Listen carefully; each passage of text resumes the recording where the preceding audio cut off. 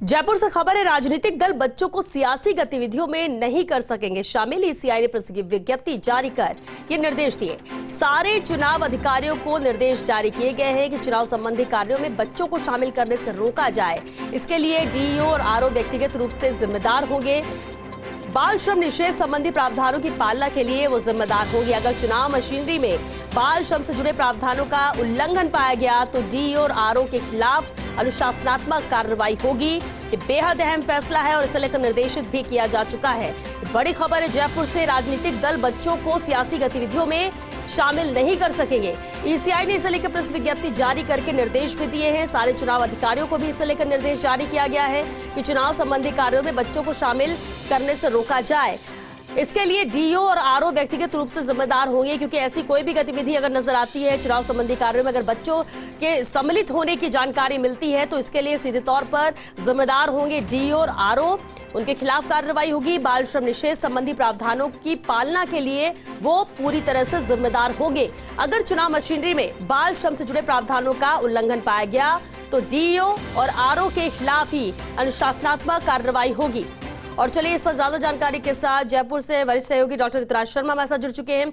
ऋतुराज, ये साफ तौर पर ईसीआई ने निर्देशित कर दिया है कि अगर बाल श्रम निषेध संबंधी प्रावधानों की पालना नहीं की जाती है तो एक्शन लिया जाएगा। पूरी जानकारी आपसे चाहेंगे इस फैसले की वजह, क्या ऐसा कोई मामला सामने आया था या नजर में आया? देखिए, चुनाव रैलियों में और कई तरह से जो चुनाव संबंधी गतिविधि होती है उसमें ये पाया जाता है कि बच्चों के हाथ में झंडियां, तख्तियां, पोस्टर, बैनर आगे देकर और प्रचार किया जाता है। तो इसको सख्ती से लिया गया, क्योंकि इसको लेकर कोर्ट में भी मामला दायर किया गया। तो जब मामला दायर किया गया तो उन तमाम जो आदेश दिए गए और तमाम तरह के निर्देश जो दिए गए उच्च संस्थाओं द्वारा, उसमें ये बात सामने आई कि ये जो बाल श्रम का इस तरह से उल्लंघन हो रहा है, जो कानून है उसका एक्ट का उल्लंघन किया जा रहा है, तो उसको देखने के लिए एक भारत निर्वाचन आयोग की ओर से भी व्यवस्था होनी चाहिए। तो उसी क्रम में ये निर्देश जारी किए गए हैं और इसमें डीओ और आरओ को पाबंद किया गया है कि यदि कहीं ऐसा देखें तो इसको तुरंत इस पर कार्रवाई करें। यदि कार्रवाई नहीं की जाए तो डीओ और आरओ खुद जिम्मेदार होंगे, अनुशासनात्मक कार्रवाई उनके खिलाफ होगी और इस अनुशासनात्मक कार्रवाई में वो सस्पेंड भी किया जा सकते हैं।